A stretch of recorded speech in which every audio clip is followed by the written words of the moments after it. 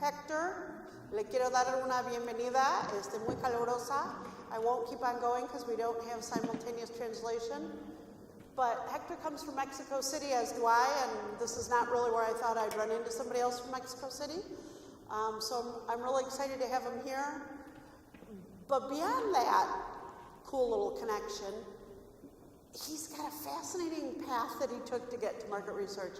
And I always love these stories. So first, he started out a rock band and had mega sales of 5 CDs. He claims they mainly went to his mother. And when that didn't take off in the way that the plan was, he moved on to his second passion, which is playing football, soccer, and was really making a go at that. And, you know, there's a lot of fame and glory and money to be made in that. But whoops, girlfriend was actually a better soccer player than he was. So he found himself in market research. And with that very unique background, I leave you in the very capable hands of Hector. Premium, go. Thank you. Hello, how are you?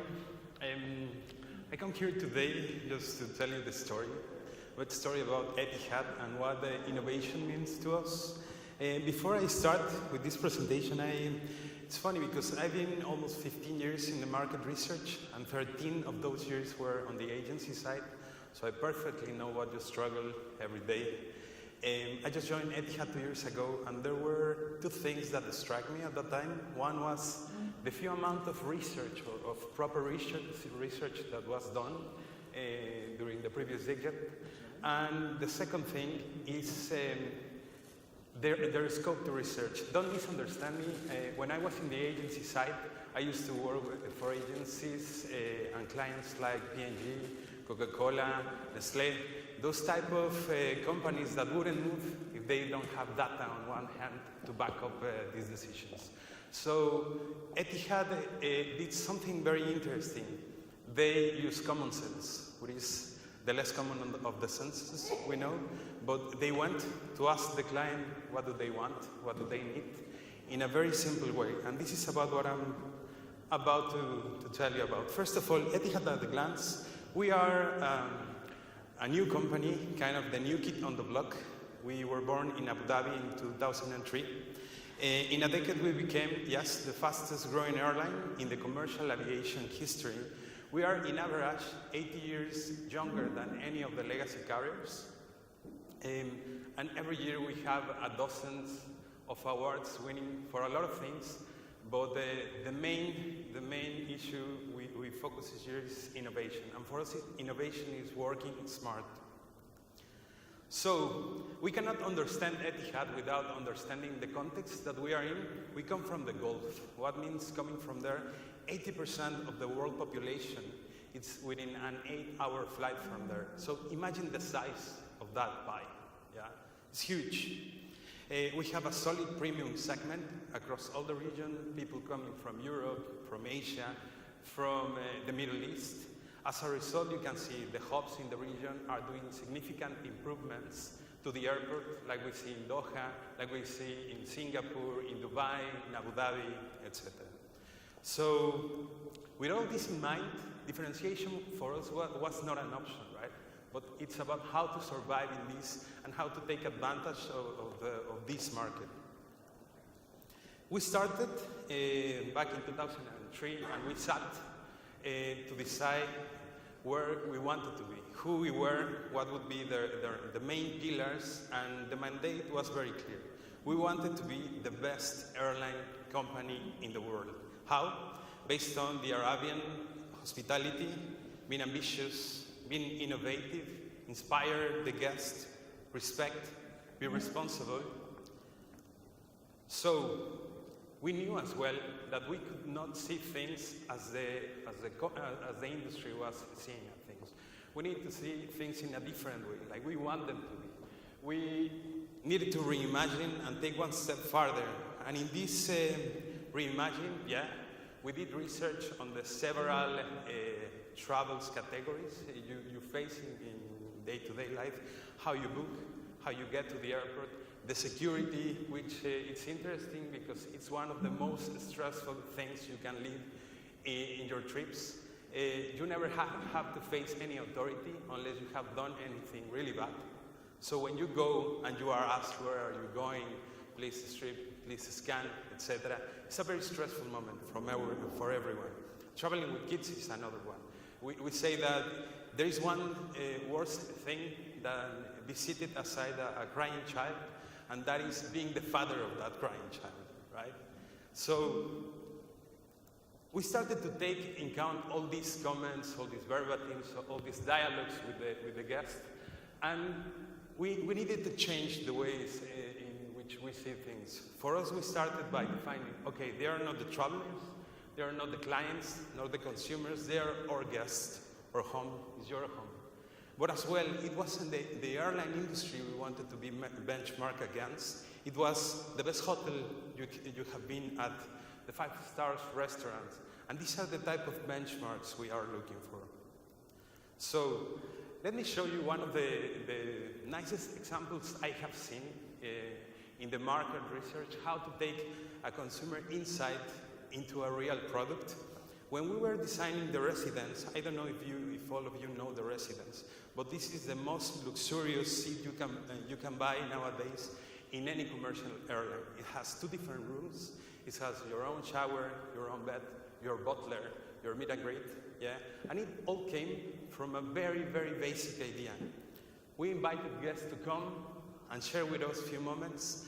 We gave them materials, we gave them wood, we gave them sheets, we gave them markers, etc., and we gave them a space, right?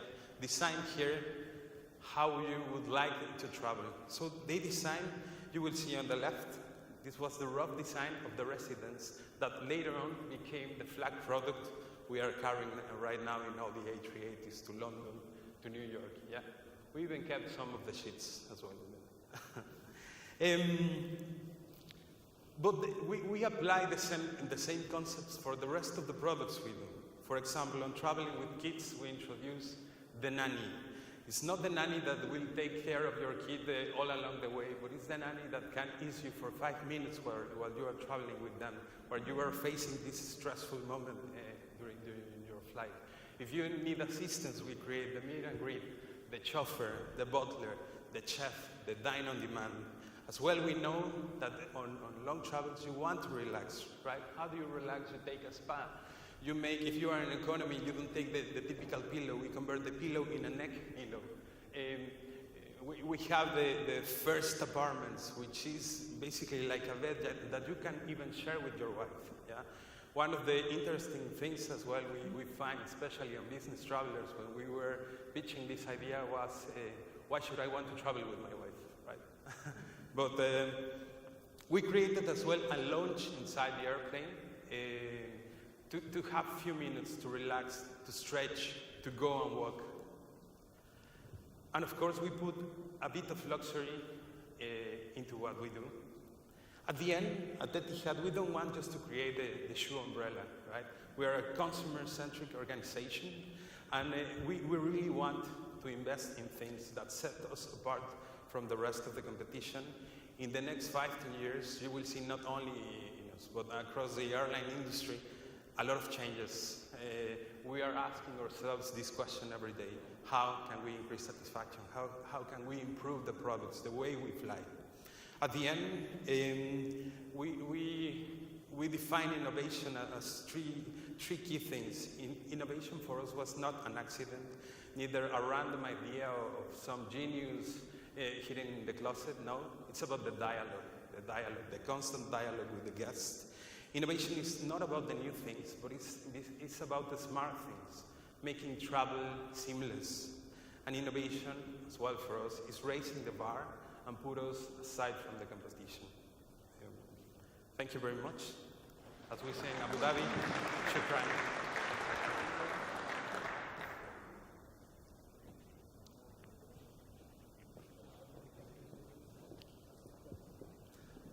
I don't know prices or anything like that, so if your questions are regarding that. Do we have any questions? Yes.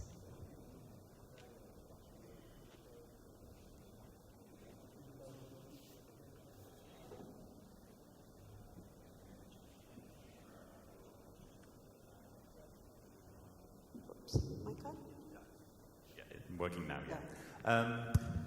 I was just interested because clearly aiming at the front of the aeroplane, which I rarely, if ever, get to go. But I heard a wonderful story, but before I tell you the story, I'd love to hear how you research first-class customers, not about the experience, but when things go wrong, because they account, they're the reason that many of us can travel at the back. And so how do you research what can go wrong when, and how do you try and get into that mindset when the red mist comes down? Yeah. Basically, for example, for the first class guest or the premium guest, the reality is that it's not only research what we cared about. It's about, as in the previous presentation we're saying, we have a dedicated call center, we have a dedicated app for them, we have a dedicated concierge for them. So right away we can know if there is something wrong. Because as well, let's face it, one full fare ticket on first class, it worth seats and seats of economy class, right? So we cannot get it wrong, at least once. If we get it wrong once, it costs a lot to the company. So yeah, in itself, it's a different product. But then just to add to that, with the first class and the premium guests, we have like a constant talk all the time, just to know how to improve. We do this type of exercises. We invite them to the mock-up flights to see if they like the arrangement, if they like even the cutlery, the glass of water, the glass of wine, the type of wine, etc. Yeah. Thank you. The story I heard, and I know it isn't apocryphal, was that to understand first-class customers when they get angry, you have to get them angry, which is, of course, a huge risk. So what I heard was what happened was that they were interviewing first-class customers and deliberately pissed them off. And when they got up and left the one-on-one or the focus, whatever, I don't know what the environment, when they got up and left, then they had very highly trained people to intercept them, to try and understand what was happening then, which is a huge risk. Yes. Is that something you'd even contemplate? No, not really. I think it would be too. Nevertheless, what we do sometimes is accompany interviews. I mean, like spying, but spying ourselves in the way when they get to the airport, we go behind them to see if there is something, someone opening the door, someone calling out their names, someone recognize them at every step of the journey. Yeah, we use that for training purposes, for example. Thank you. Interesting approach. Huh? I don't think they do it anymore. But they certainly should get a bravery award, I think. We have time for a couple more questions, if anybody... Yeah, I had a question here. Sorry, I can't see. Yeah, so, some of my friends on Facebook, they follow Etihad, and yesterday I was looking at some feed from them, and of course a common critique is that while the airline pays a lot of attention to the premium passenger, the folks in coach who constitute the bulk of the actual paying passengers are getting left behind. How do you respond to that? Yeah. It's as well how we define the target. We know that the most of the travelers would come from the price-sensitive piece. We know that, and for them we have developed special products. But the reality is that what makes the business in the company is these recurring travelers. We are in a market that where the premium segment is very important. All of them, want to show, want to feel respected, recognized, etc. So the fact that we are taking all those messages to transmit them back into the products is just like a kind of an internal strategy of the company. Nevertheless, it doesn't mean that the economy has been left aside. If you see as well, maybe we don't communicate it enough. But if you are traveling in economy, you will have tons of innovations. Like, for example, we have seen that the seat that people will always ask for is the one close the window, right? Because it is where you can rest your head and sleep during your flights. So we created the wings for them, for example. These small touches that kind of put us aside from the rest, but you are right, we are more in the premium spectrum, and this is what we wanted to show. It's kind of the strategy of the company. Yeah.